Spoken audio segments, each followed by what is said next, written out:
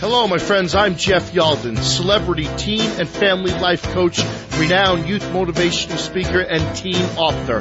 For 20 years, I've traveled all over the world, touching hearts and changing lives. You have questions, I have answers. I am here for you. And together, I hope to bring purpose, passion, and direction to your life and your family. Hey, my friends, this is Jeff Yalden. I want to share with you a quick message about putting things in perspective. Let me kind of sum it up like this. I left my house yesterday about 4 p.m., had to make a quick trip out to Missouri, do a quick talk to a high school this morning, and then fly back. I packed very lightly. As a matter of fact, I didn't even check any bags. But in my one carry-on bag, I have all my medication. I've got the day's clothes that I need. I got my toiletries, and I have my CPAP machine as well. Yes, I have a CPAP machine. So when I got to Charlotte for my flight from Myrtle Beach, somehow my gate-checked bag didn't follow me. So as I looked into this, the ramp agent brings my bag up and says, I can't give you your bag because it doesn't have a yellow ticket on it. To make a long story short, I'm not proud of how I responded when my bag was right in front of me, and as a chairman for 23 years, they wouldn't give me my bag as I was looking at my bag. So Hawaii 5-0, Baywatch, Ghostbusters, security, the police, ramp supervisors, everyone shows up. And the bottom line is they wouldn't give me my bag. I was a little bit upset.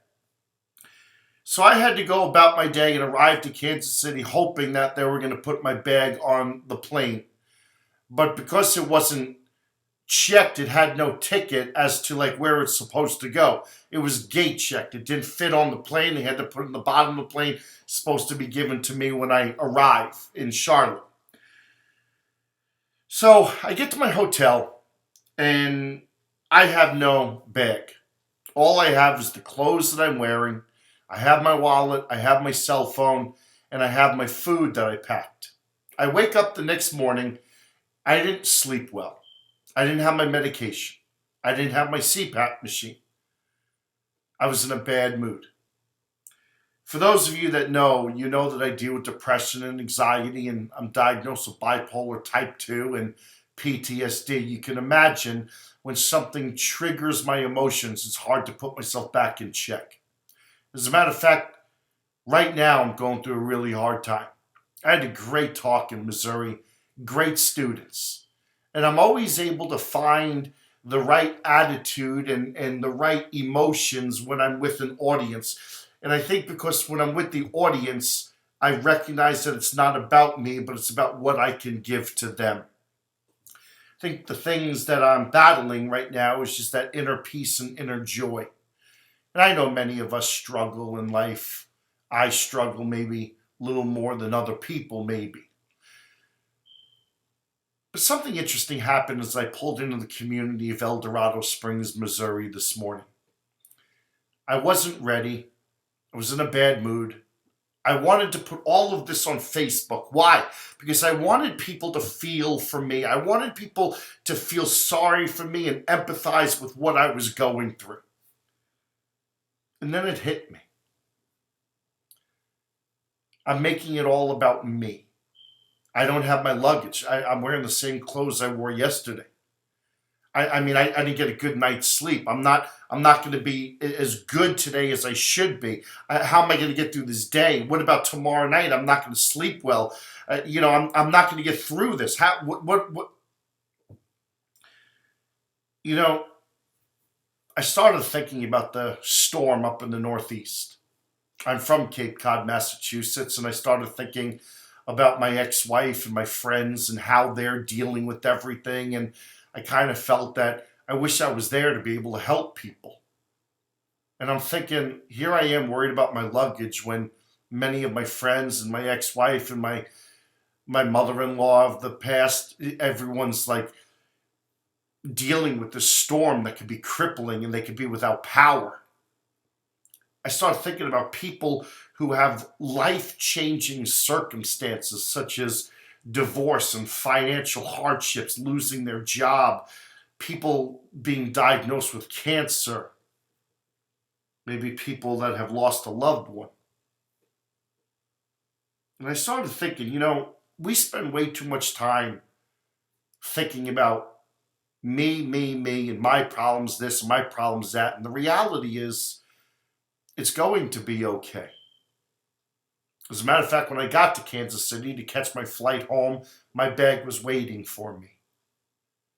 So everything that I was so stressed about and how I reacted when I got to Charlotte 24 hours later, it was okay.